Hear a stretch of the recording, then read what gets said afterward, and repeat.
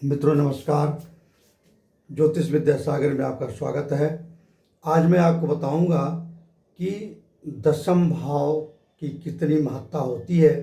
हम जो भी कर्म करते हैं वो हमें दशम भाव ही करवाता है। कुंडली का दशम भाव यह है।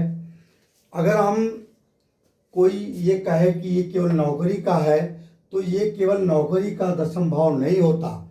कुंडली का दशम भाव सारे कर्मों का होता है। जो हम खाना खाते हैं, पानी पीते हैं, जैसा भी करते हैं, हम कहीं घूमने जाते हैं, अपने आहार विहार का हमारा है, हमारा स्वभाव कैसा है, हमारा कर्म कैसा है, समाज में प्रतिष्ठा कैसी है, ये हमें दशम भाव ही बताता है।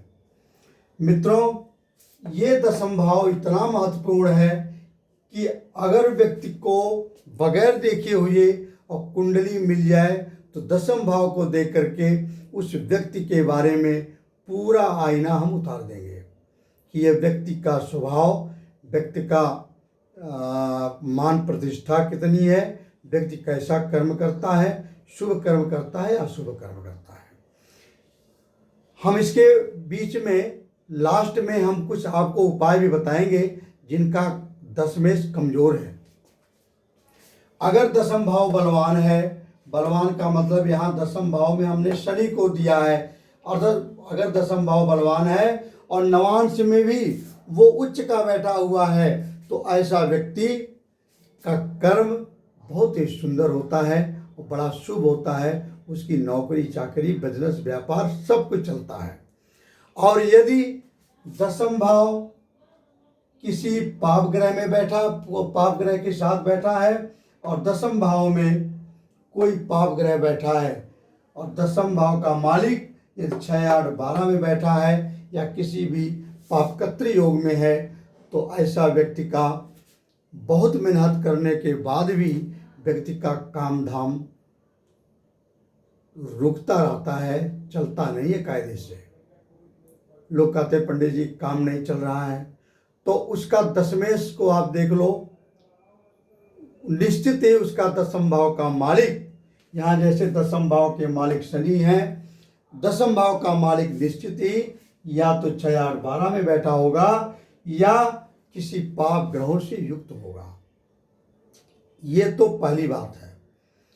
दशम भाव का मालिक अगर शुभ ग्रहों के साथ है तो वो शुभ कर्म करेगा, पाप ग्रहों के साथ है तो वो पाप कर्म करेगा।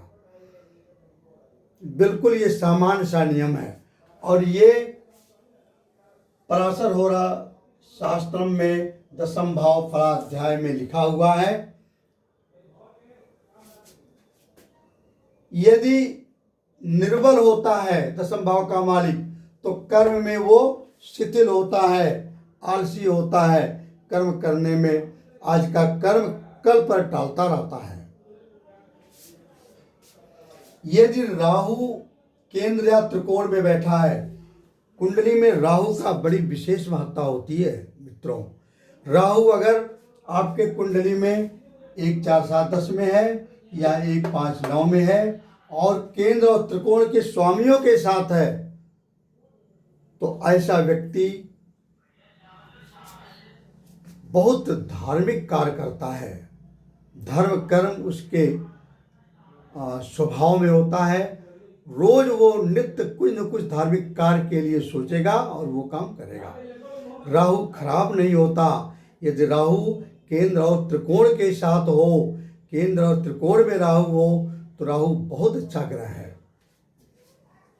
अगला देखिए, दशम में शुभ ग्रह होने चाहिए, दशमेश भी शुभ ग्रह के साथ होना चाहिए। ऐसे व्यक्ति का काम अच्छा चलता है, व्यवसाय में हमेशा वृद्धि होती है।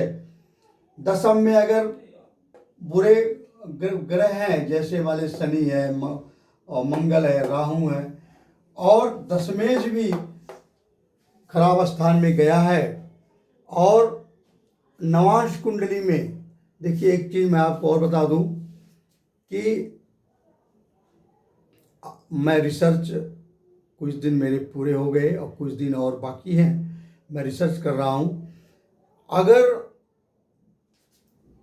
केंद्र और त्रिकोण के ग्रह बलवान हैं तो उनकी दशा में ही व्यक्ति को अच्छा फल मिलता है, नौकरी मिलती है। और दशम में बैठा हुआ ग्रह यह बताता है कि इस व्यक्ति को हम क्या करवाएंगे। लोग कहते हैं कि किस फील्ड में हम जाएंगे, तो सबसे पहले तो ये देखो कि दशम में कौन सा ग्रह बैठा है। वो निश्चित वही कर्म करवाएगा आपको जो दशम का ग्रह है, क्योंकि दशम पर उसका पूर्ण अधिकार है। दूसरी चीज, दशम के राशि को देख लो। अगर वो चर स्थिर दुर्स्वभाव में है, अपने अपने प्रकार से काम करवाएगा। चर वाला अगर है तो भागने दौड़ने वाला काम करेगा, मार्केटिंग वाला, उसमें उसकी उन्नति है। अगर वो स्थिर है तो कुर्सी पर बैठ कर एक जगह ऑफिस में काम करेगा, वहीं वो अपनी उन्नति करेगा। दुस्वभाव है तो कुर्सी पर बैठा रहेगा, कभी कभार अवसर पड़ने पर वो मार्केट में भी जाएगा। अगर मान लीजिए दशमेश के साथ, दशमेश मान लीजिए अष्टम भाव में है और यहाँ राहु भी बैठा है, तो वो व्यक्ति केवल बुरे कर्म ही करेगा। इतना खराब कर्म करेगा कि वो अपनों की भी बेइज्जती करेगा, अपने कुल खानदान का भी वो नाम बिल्कुल मिटा देगा। अगर राहु के साथ दशमेश अष्टम भाव में बैठा है तो वो व्यक्ति बुरे कर्म करने वाला, निंदनीय होता है। उसके कर्मों से उसके खानदान वाले भी, उनके भी बेइज्जती होती है। ठीक है। और यदि दशमेश मान लो शनि के साथ है और सप्तम में बैठा है, यहाँ तो हम दशमेश को भी शनि किए हैं, लेकिन ये अगर मान लीजिए यहाँ अष्टम को हम रख लेते हैं और यहाँ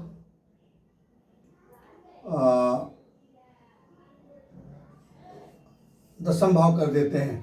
अगर मान लीजिए दशम भाव का मालिक मंगल है और मंगल अगर सप्तम में बैठा है और शनि के साथ बैठा है,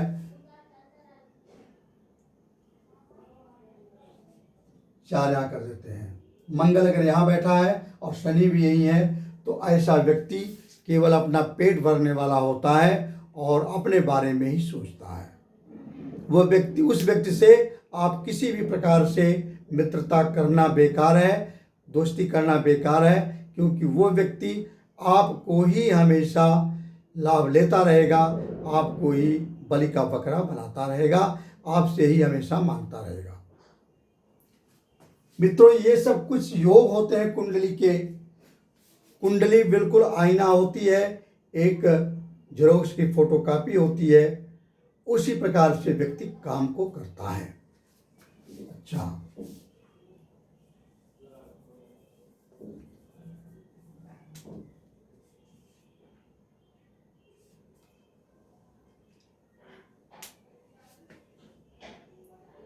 अगर दशम भाव का मालिक और 11वां भाव का मालिक आपस में राशि परिवर्तन करते हैं तो वो व्यक्ति हमेशा सुखी होता है, अपने कर्मों से वो सुख प्राप्त करता है। बहुत अच्छा योग होता है ये। अगर दशम में सूर्य हो, लोग कहते हैं कि सूर्य दशम में दिग्बली होता है। लोग कहते हैं कि सूर्य दशम में दिग्बली होता है, दशम का सूर्य बड़ा अच्छा होता है। अच्छा तो होता है, लेकिन योगों को भी आप देखिए, बृहत्पराशर होरा शास्त्र में लिखा है कि यदि दशम में सूर्य बैठा हो और राहु मंगल शनि के साथ हो और दशमेश भी 6, 8, 12 में हो, तो ऐसा व्यक्ति अपना ही कारनाशक होता है। एक बार फिर से सुन लीजिए। अगर दशम भाव में शनि बैठा है, सूर्य बैठा है और सूर्य मंगल राहु के साथ है और दशमेश यदि 6, 8, 12 में पहुंच गया, तो ऐसा व्यक्ति अपना ही कारनाशक होता है, अपने ही काम को वो बिगाड़ता है। दशमेश अगर लग्नेश के साथ हो और चंद्रमा त्रिकोण में हो, तो ऐसा व्यक्ति बहुत ही पराक्रमी होता है, उसका कार्य हमेशा ऊंचा चलता है। दसम भाव का मालिक अगर लगन में बैठा हो और लग्नेश भी लगन में हो और चंद्रमा केंद्र और त्रिकोण में हो तो निश्चित है ऐसा व्यक्ति का कार्य दिन प्रतिदिन बढ़ता रहेगा।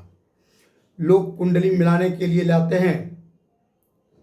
आजकल हमारे यहाँ कुंडली मिलान का कार्य ज़्यादा हो रहा है, तो वहाँ लोग पूछते हैं कि पंडित जी ये लड़का जिससे हम अपनी लड़की से विवाह कर रहे हैं ये आगे चल के कैसा रहेगा। तो इन्हीं योगों से हम बता देते हैं कि ये लड़का आगे वृद्धि है या वही रुकावट है। ठीक है।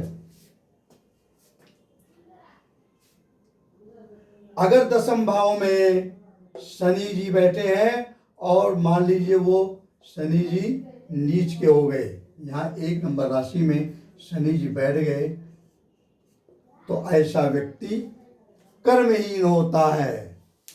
ऐसा व्यक्ति अपना कार्य कुछ नहीं करता, वो कर्महीन व्यक्ति होता है। शनि अगर दसम में नीच के हो गए, मैंने अगर मान लीजिए उसी प्रकार से द्वितीय कुंडली का द्वितीय भाव है, द्वितीय भाव में अगर कोई भी ग्रह मान लीजिए शुक्र है, यहाँ 6 नंबर की राशि है और शुक्र है, शुक्र यहाँ बैठ गया, तो आप कितना भी धन कमाओगे लेकिन आपका धन जुड़ेगा नहीं।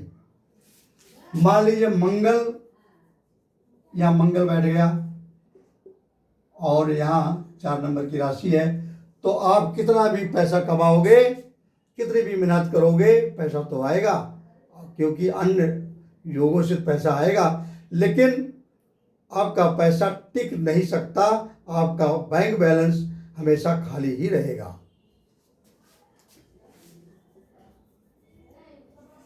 मित्रों नमस्कार। अगला वीडियो हम कुंडली के 11वें भाव पर बनाएंगे, बहुत इम्पोर्टेंट भाव है, उसको आप जरूर देखना। मित्रों नमस्कार। हाँ, इसका अगर मान लीजिए किसी का कर्म स्थान खराब है तो उसे नियमित रूप से विष्णु सहस्त्र नाम का पाठ अवश्य करना चाहिए, उससे अपना कर्म सही हो जाता है। और अगर आपको वीडियो अपनी कुंडली के बारे में कुछ पूछना होगा तो ये मैंने नंबर दे दिया है, और ये इस नंबर पर आप व्हाट्सएप करना, मैं आपको पूरी कुंडली का परीक्षण करूँगा। नमस्कार, धन्यवाद।